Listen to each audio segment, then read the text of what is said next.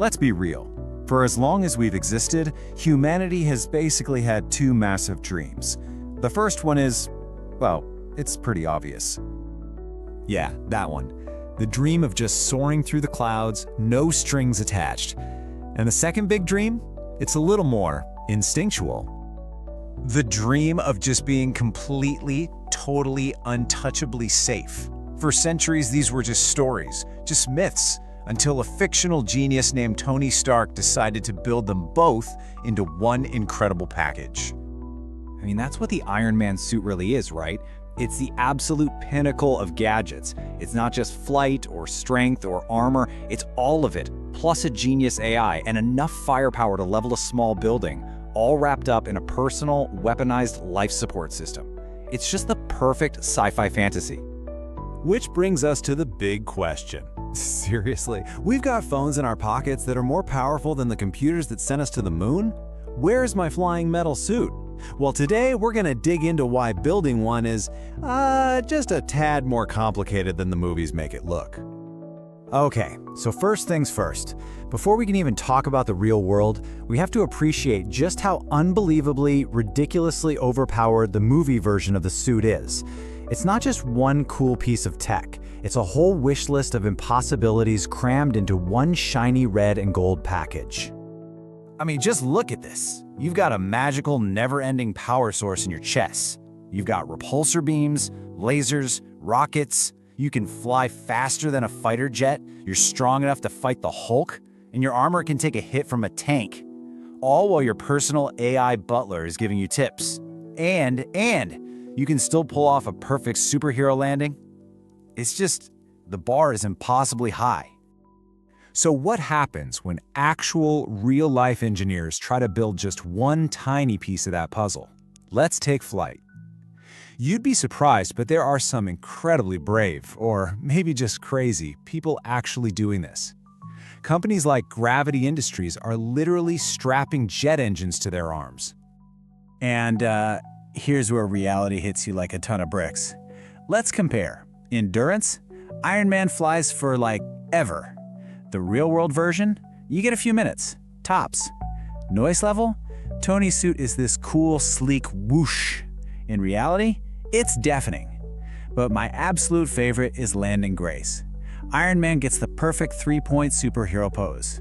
A real jet suit pilot gets a very careful, very controlled, please don't let me snap my ankles kind of landing. Okay, so flying is a work in progress. What about super strength? We might not need to punch aliens, but we do need to lift heavy stuff. So let's see how real-world exoskeletons, like the ones from Sarcos, measure up to, throwing a car. And you're gonna see a pattern here. The main use for Iron Man's strength, acrobatics, and fighting supervillains. For the Sarcos Guardian Exo, it's lifting heavy boxes in a warehouse.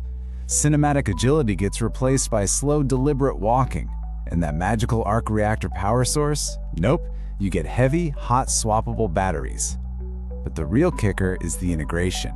It's not some seamless link between your mind and the machine. It's a super careful system designed specifically so the giant robot suit you're wearing doesn't accidentally crush you. So we've got the pieces, kind of. We have these jet suits, we have these exoskeletons. Why can't we just, bolt them all together? Well, the short answer is because of a little thing called physics. And physics absolutely, positively hates this idea. In fact, if you actually wanted to fail at building your own suits, here's your foolproof 4-step guide. Step 1. Immediately run out of power. Batteries are way too heavy, and turbines drink fuel like there's no tomorrow. Step 2. Overheat. All those moving parts in jets create an insane amount of heat, basically turning your suit into a personal oven. Step 3. Have one tiny part fail mid-flight, which instantly turns you from a superhero into a smoking crater. And Step 4. Even if you solve all of that, you'll be grounded instantly by every single aviation agency on Earth.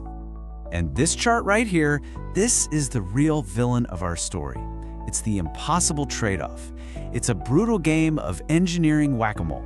You want more armor to protect you? Great! Now the suit's too heavy and you can't move. You want a bigger engine for more power? Fantastic! Now you're too heavy to even get off the ground. Every single feature you add makes another feature worse. But hey, don't just take my word for it. Let's see what the actual experts think. The people who are deep in the trenches, building the next generation of this kind of technology. What do they say about the dream of an all-in-one supersuit? This is from Hugh Hare at MIT, who's basically a legend in the world of biomechatronics, and he makes it crystal clear. The real-world goal isn't about making superheroes. It's about enhancing what humans can already do. It's about designing prosthetics and exoskeletons to help people, to restore mobility. It's about assistance, not making a flying weapon. And you see the exact same thinking from DARPA, the military's wild idea factory. Even they aren't trying to build an invincible super soldier. Their goal for exoskeletons is way more practical. Help soldiers carry heavy gear, improve their performance, and most importantly, reduce injuries. It's a tool, not a transformation. So, the takeaway here is pretty simple. The specialized tech being developed by places like Sarcos and Gravity Industries is absolutely amazing. It's groundbreaking. But the idea of putting it all together into one sleek, seamless package that does everything? Well, for now, that's still just a really, really cool dream from the movies. So, what's the final verdict? Is the dream of an Iron Man suit totally and completely dead? Or is it just in pieces, scattered around different labs, waiting for some real-life Tony Stark to put it all together? All right, let's look at the final scorecard. Here's what you need to remember. What's real right now? We can do short-range flight. We absolutely have exoskeletons that give you super strength for certain jobs, and basic AI assistance is everywhere. But what's still pure science fiction? That compact, magical energy source. The seamless integration of everything. Getting full armor without sacrificing mobility. And yeah, getting permission to fly your jet suit over New York City. Good luck with that. So here's the thing. While you probably won't be commuting in a fully functional Iron Man suit anytime soon, the chase for that dream is what matters. It's pushing technology forward in incredible ways. Exoskeletons are already helping workers and giving people the ability to walk again. New flight systems are changing transportation. The dream of the all-in-one suit might just be a fantasy, but the amazing pieces we're building along the way, they're very, very real.